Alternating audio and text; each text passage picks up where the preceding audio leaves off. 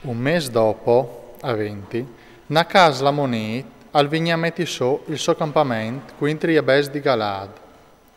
Dute la int di Jabes di Galad e dise a Nacas, vaser un pat fra di no e io starei in sod di te.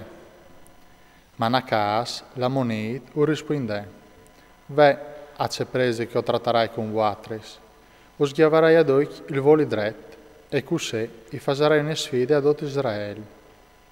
I diserin gli anzians di Jabes, danus unes prolunghi di sia diis, o mandare in mes in tutte le tiare di Israel, e, se ne sono il vignarà a danus soccors, si mettarente stos mans. I mes arrivarin di Saul a Gabè, e i contarin la roba li Oroelis de Int, e tutte le Int et a caber là e a cracà. Saul el tornava dai chiams da ur dei bus, al domandà, c'è po la Int che va in queste maniere? I contarin c'è che avevin det i oms di Jabes.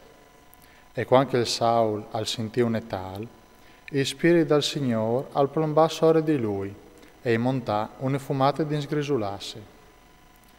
Alzò lei un par di bus, io facea tox, e io mandà coi mes par tutte le tiare di Israel, con questi peraules. Quel che il nord marcarà da or di Saul e da or di Samuel, ur succederà compain ai sei bus. Le pore dal Signor, e colà sul popolo, e a marcarin, come che fossin stas un uomo solo.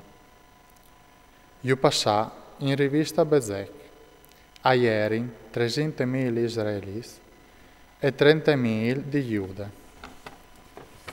Urdis ai mes che ierin vignos.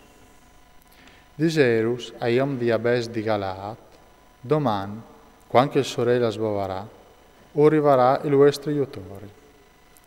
Tornas chiase, i mes e contarin le gnove ai om di Jabes, che forin prens di Gionde. Allora, i oms di Jabes i diserin a Nacas. Doman, o iesarin fur vias di uatris, e nus fasares c'è che us pararà. Talin doman, Saul al disponer soldas in tre schieris che plombarin tal campamento tor le viglie di Binore, e abbatterin gli ammonis fin quando sbovarà il sureli.